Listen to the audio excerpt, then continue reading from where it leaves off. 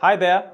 As we know, people like you and me on the earth do benefit from the growing industry, whether it be advancements in mass media production, commercial opportunities, energy plants, or even as simple as a new mall that was just built. However, there is an extremely negative impact of the growing industry or industrialization on the environment, including pollution to air, water, and soil. Air pollution is one of the main factors as to what's causing global warming, and it is due to factories and the growing industry that's bringing about such pollution. Carbon dioxide is one of the important greenhouse gases that was mainly emitted from industry. Global carbon emissions from fossil fuels have significantly increased since 1900. From the figure, you can notice that since 1970, carbon dioxide emissions have increased by about 90%, with emissions from fossil fuel combustion and the industrial processes contributing about 78% of the total greenhouse gas emissions increase from 1970 to 2011. Agriculture, deforestation, and other land use changes have been the second largest contributors.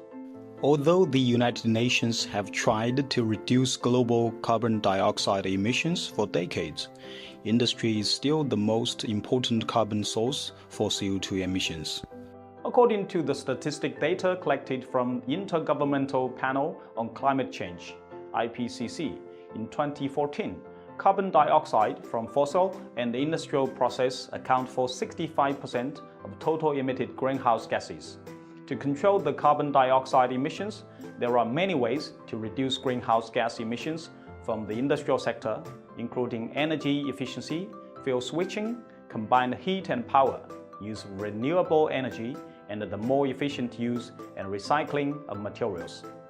Many industrial processes have no existing low-emission alternative and may require carbon capture and storage to reduce emissions over the long term. Industrialization is not only harmful to the environment because it brings about tons of air pollution daily, but it also causes soil pollution.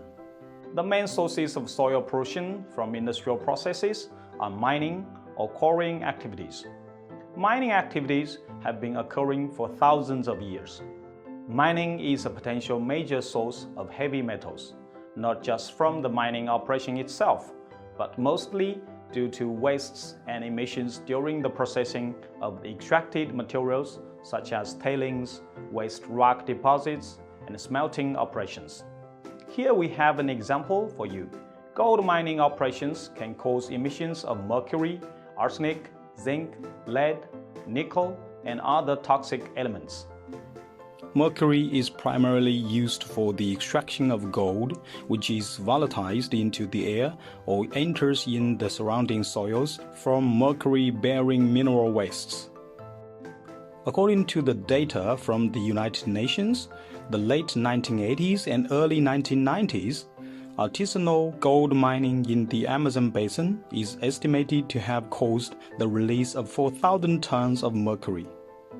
The latest global inventory of mercury emissions estimates that mercury content of organic soils is about 150,000 tons due to anthropogenic activities, reaching 800,000 tons in mineral soils, of which up to 15% are attributed to releases from small-scale gold mining, mainly in South America and East and Southeast Asia. Large-scale gold mining is responsible for some 2,700 tons of mercury entering the soil each year. Besides, the mining processes also produce wastewater, which contains toxic heavy metals that I mentioned above. Improper disposal and accidental drainage of the mining wastewater enable these toxic elements to penetrate into the groundwater through surface seepage, changing the pH of the water body, affecting the self-purification ability of the water body, and causing serious pollution damage to the surrounding rivers and farmland. In addition, heavy metals are difficult to degrade, and the toxicity is very strong. They can affect plant growth and human health through the food chain as well. In all, The sources of pollution are mainly from industrial byproducts. Although industry is important for economic growth, it brings about substantial harm to nature and even to ourselves. The industrial pollution can be controlled, but actually not. Here are some reasons. Lack of controlling policies.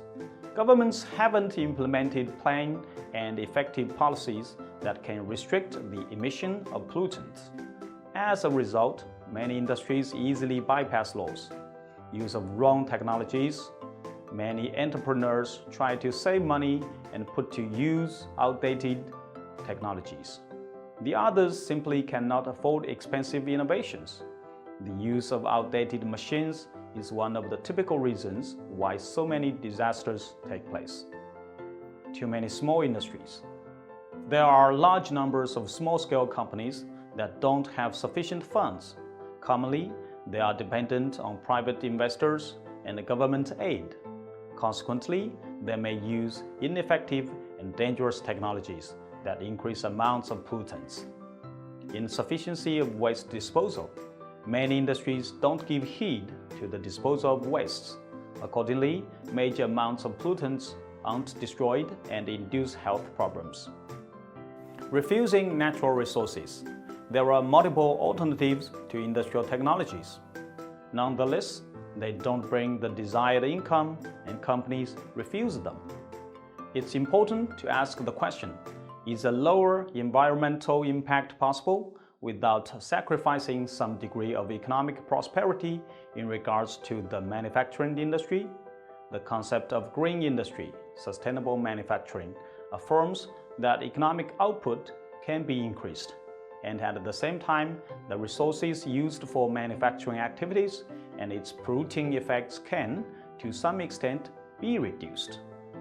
China released its new Green Industries Guidance Catalog to help promote green development.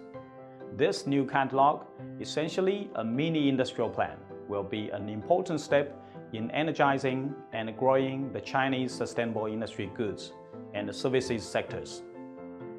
The Green Industries Guidance Catalog raises awareness that China's green industry has grown 2.6 times in the last 6 years, as implementing guidelines are formulated to further define the opportunities. One thing that's clear is that China is moving ahead with building a vibrant green industry.